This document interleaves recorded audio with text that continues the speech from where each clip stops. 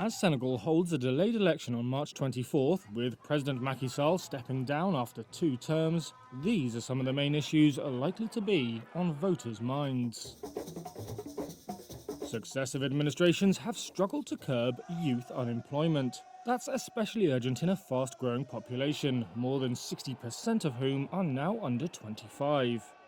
Frustration at a lack of opportunities, particularly among the young, has spurred support for opposition leader Ousmane Sonko.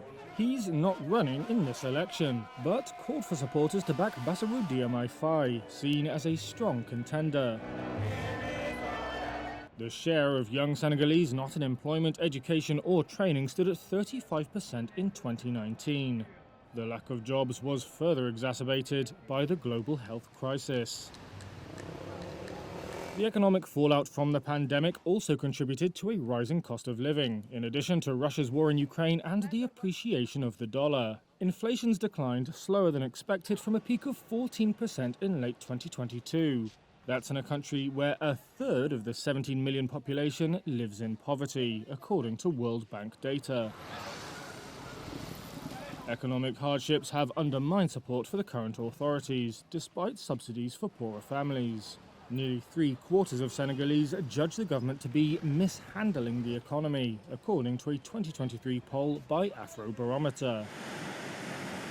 If whoever wins can tackle unemployment and the high cost of living, then many voters hope that will curb the number of Senegalese risking their lives to seek better opportunities abroad.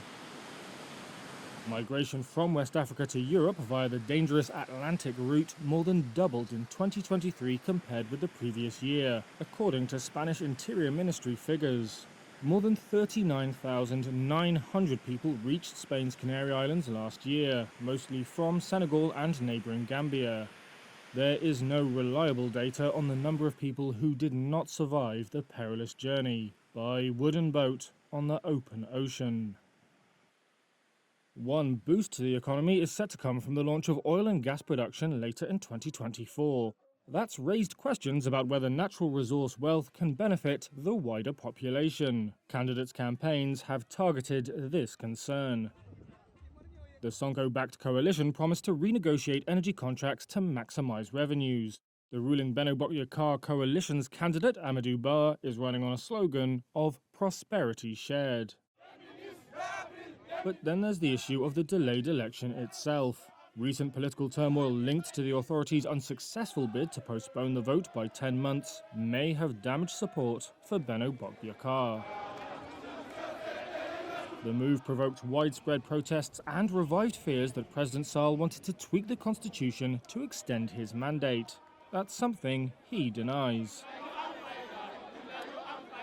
There are no official public election polls, but of those who voted for Sall in the last election, only 60% are believed to be planning to vote for Benno Bokk candidate this time, according to internal government polling.